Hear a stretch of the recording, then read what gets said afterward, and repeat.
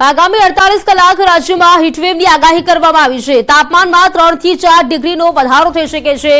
આજે રાજકોટ, કચ્છ, સાબરકાંઠા, બનાસકાંઠામાં yellow alert સાથે હીટવેવની આગાહી કરવામાં આવી છે। દરિયાકાંઠા વિસ્તારમાં ગરમ અને ભેજવાળા પવન પણ ફૂંકાઈ શકે છે। રાજ્યના 10 શહેરોમાં તાપમાન પણ 40 ડિગ્રીને પાર પહોંચી ગયું છે। કંડલામાં સૌથી વધુ 44.6 ડિગ્રી તાપમાન નોંધાયું છે, તો રાજકોટમાં તાપમાનનો પારો 42.8 ડિગ્રી પર પહોંચી ગયો છે, જ્યારે સુરેન્દ્રનગરમાં 42.5 ડિગ્રી તાપમાન નોંધાયું છે। અમદાવાદ અને ગાંધીનગરમાં 42.3 ડિગ્રી તાપમાન, અમરેલીમાં 42 ડિગ્રી, ડીસામાં 41.5 ડિગ્રી તાપમાન, તો ભુજમાં 41.2 ડિગ્રી, ભાવનગરમાં 40.9 ડિગ્રી તાપમાન નોંધાયું છે।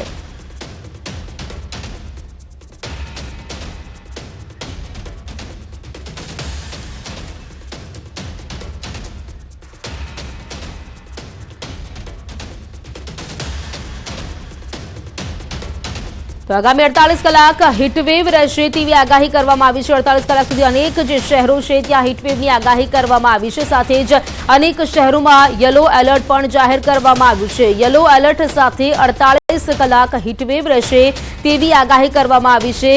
10 શહેરોમાં તાપમાન 40 ડિગ્રીને પાર પહોંચી ગયું છે।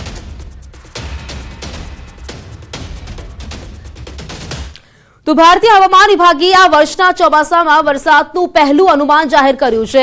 હવામાન વિભાગ દ્વારા જાહેર કરાયેલી માહિતી અનુસાર આ વર્ષે ભારતમાં સરેરાશ કરતા 105% વધુ ચોમાસાનો વરસાદ પડી શકે છે। આઈએમડીએ કહ્યું છે કે આ વર્ષે ભારતીય ઉપખંડમાં ચોમાસા દરમિયાન અલ નીનોની સ્થિતિ વિકસિત થવાની શક્યતા નથી। 4 મહિનાના ચોમાસા ઋતુ દરમિયાન ભારતમાં સામાન્યથી વધુ વરસાદ પડવાની શક્યતા છે।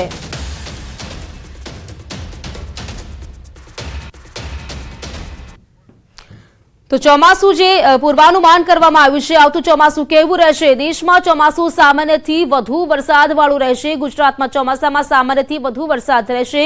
સાથે જ વાત કરીએ તો અનુમાનમાં 5% વધઘટ સંભવ છે। અલ નીનો અને 100 ન્યુટ્રલ રહેવાની પણ સંભાવના વ્યક્ત કરવામાં આવી છે। આ પૂર્વાનુમાન જાહેર કરવામાં આવ્યું છે। કેન્દ્રીય હવામાન વિભાગ દ્વારા આજે જાહેરાત કરવામાં આવી છે। સંભવિત સ્થિતિની વાત કરીએ તો દુષ્કાળ છે, સામાન્યથી લગભગ સંભવિત સ્થિતિ દુષ્કાળ પડી શકે છે। આઈએમડીના મતે તે શક્યતા 2% છે અને સાથે વાત કરીએ તો સ્કાયમેટના મતે શક્યતા 5% છે। તો આ સિઝનમાં સરેરાશ કરતા 105% વધુ વરસાદ પડવાની ધારણા છે। તેમણે કહ્યું છે કે ભારતીય ઉપખંડમાં સામાન્યથી ઓછા ચોમાસાના વરસાદ માટે જવાબદાર અલ નીનો સ્થિતિ આ વખતે વિકસિત થવાની શક્યતા ઓછી છે। દેશના ઘણા ભાગો પહેલાથી જ તીવ્ર ગરમીનો સામનો કરી રહ્યા છે અને એપ્રિલથી જૂનના સમયગાળામાં દિવસો ખૂબ ગરમ રહેવાની ધારણા છે। આનાથી વીજળી ગ્રીડ પર દબાણ આવી શકે છે અને પાણીની અછત સર્જાઈ શકે છે।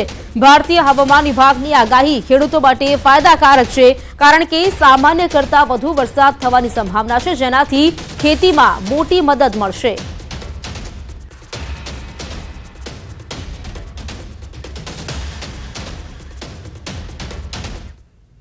તો ચોમાસા દરમિયાન ગુજરાતમાં કેવો વરસાદ રહેશે તે જાણવાનો પ્રયત્ન કરીશું। આ વખતે ગુજરાતમાં ચોમાસામાં કેટલો વરસાદ થશે, જે ઝોન આપ જોઈ રહ્યા છો સામાન્યથી ઓછો વરસાદ જ્યાં પડી શકે છે તેના પર વાત કરીએ તો અહીં જે ગ્રીન ઝોન આપ જોઈ રહ્યા છો ત્યાં સામાન્ય વરસાદ પડશે, તેમાં સૌરાષ્ટ્રના ભાગોમાં પણ આવરી લેવાયો છે। આ તરફ વાત કરીએ તો જે યલો ઝોન આપ જોઈ રહ્યા છો ત્યાં સામાન્યથી ઓછો વરસાદ રહેશે તેવી જે આગાહી છે તે કરવામાં આવી છે। ગુજરાતમાં ચોમાસામાં કેટલો વરસાદ પડી શકે છે તેની જો વાત કરીએ તો અહીં જે બ્લુ પાર્ટ આપ જોઈ રહ્યા છો ત્યાં સામાન્યથી વધુ વરસાદ રહેશે તેવી આગાહી છે। સમગ્ર ગુજરાત રાજ્યની જો આપણે વાત કરીએ તો અહીં સામાન્યથી વધુ વરસાદ વધુ જોવા મળી રહ્યો છે તેવું કહી શકાય, કારણ કે બ્લુ જે પાર્ટ છે તે વધુ જોવા મળી રહ્યો છે। આ વખતનું જે પૂર્વાનુમાન કરવામાં આવ્યું છે તે અનુસાર સામાન્યથી વધુ વરસાદ ગુજરાતમાં આ વખતે પડી શકે છે અને ત્યારબાદ વાત કરીએ તો લગભગ અલ નીનોની અસર આ વખતે ઓછી જોવા મળશે અને તેની સીધી અસર ગુજરાત રાજ્ય પર જોવા મળી રહી છે। અહીં જે યલો ઝોન આપ જોઈ રહ્યા છો કચ્છ તરફનો જે ભાગ છે જ્યાં સામાન્યથી ઓછો વરસાદ જોવા મળી શકે છે। અહીં વાત કરીએ તો જે બ્લુ પાર્ટ આપ જોઈ રહ્યા છો ત્યાં જિલ્લામાં લગભગ સામાન્યથી વધુ વરસાદ રહેશે તેવી આગાહી કરવામાં આવી છે। એટલે કે ગુજરાતમાં ચોમાસામાં જે પૂર્વાનુમાન કરવામાં આવ્યું છે આ વખતે ગુજરાતમાં પણ ચોમાસું જે છે તે લગભગ 105% આસપાસ રહેશે તેવી આગાહી કરવામાં આવી છે। અને સાથે જે ગ્રીન ઝોન જોઈ રહ્યા છો ત્યાં સામાન્ય વરસાદ રહેશે તેવી આગાહી કરવામાં આવી છે। ગ્રીન ઝોન જે જોઈ રહ્યા છો ત્યાં સામાન્ય વરસાદ રહેશે તેવી આગાહી છે। હવે વાત કરીશું અન્ય સમાચારોની। અન્ય સમાચારોની વાત કરીએ તો સીએમ ભૂપેન્દ્ર પટેલની અધ્યક્ષતામાં આજે કેબિનેટની બેઠક મળવાની છે। રાજ્યમાં પીવાના પાણીને લઈને કેબિનેટમાં સમીક્ષા કરવામાં આવશે। સૌરાષ્ટ્ર ઉત્તર ગુજરાતમાં પીવાના પાણી બાબતે સમીક્ષા કરવામાં આવશે। રાજ્યમાં નવી જંત્રી સંદર્ભે કેબિનેટમાં ચર્ચા શરૂ। રાજ્ય સરકારના આગામી આયોજનો અને નીતિગત વિષયો પર સમીક્ષા કરવામાં આવશે।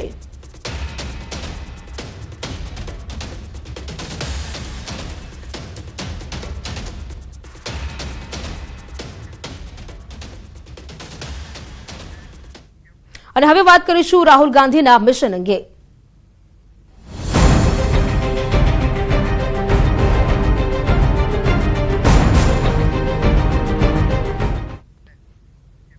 રાહુલ ગાંધીના ગુજરાત પ્રવાસનો આજે બીજો દિવસ છે। સંગઠન સર્જન અભિયાનનો પ્રારંભ કરાવશે।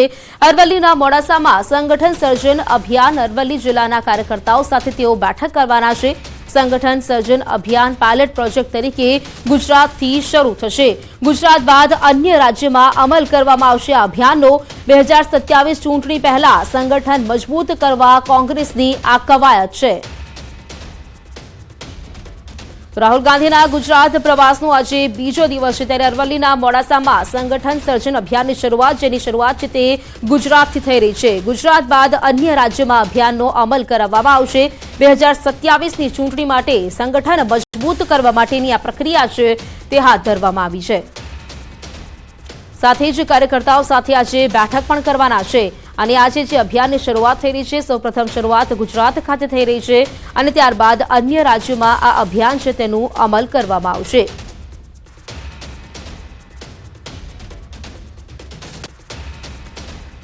તો રાહુલ ગાંધીના ગુજરાત પ્રવાસનો આજે બીજો દિવસ છે। આ દરમિયાન રાહુલ ગાંધીએ પાર્ટી વિરુદ્ધ કામ કરનારાને ફરી ટકોર કરી છે। નિરીક્ષકો સાથેની બેઠકમાં રાહુલ ગાંધીએ ટકોર કરી છે।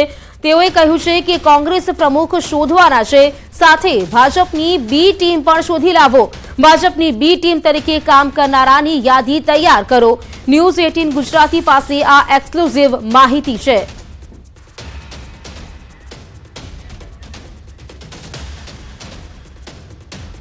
તો પાર્ટી વિરુદ્ધ કામ કરનાર સામે વિરુદ્ધ ટકોર કરી છે રાહુલ ગાંધીએ।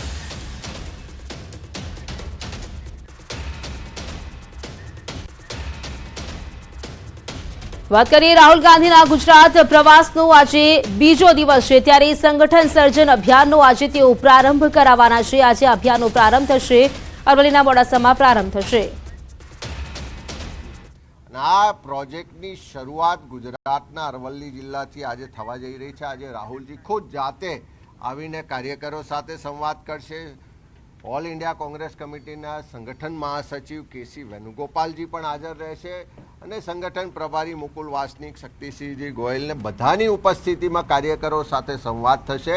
આવતા દિવસોની અંદર એઆઈસીસીને પ્રદેશના જે નિરીક્ષકો છે આ જિલ્લાના નાનામાં નાના કાર્યકર, બધા જ આગેવાનો, ચૂંટાયેલા પ્રતિનિધિઓ, સામાજિક સંગઠનોને બધાનો અભિપ્રાય લઈ અને આવનારા સમય માટે આ જિલ્લાના સંગઠનની ધુરા કોને સોંપવી એ નક્કી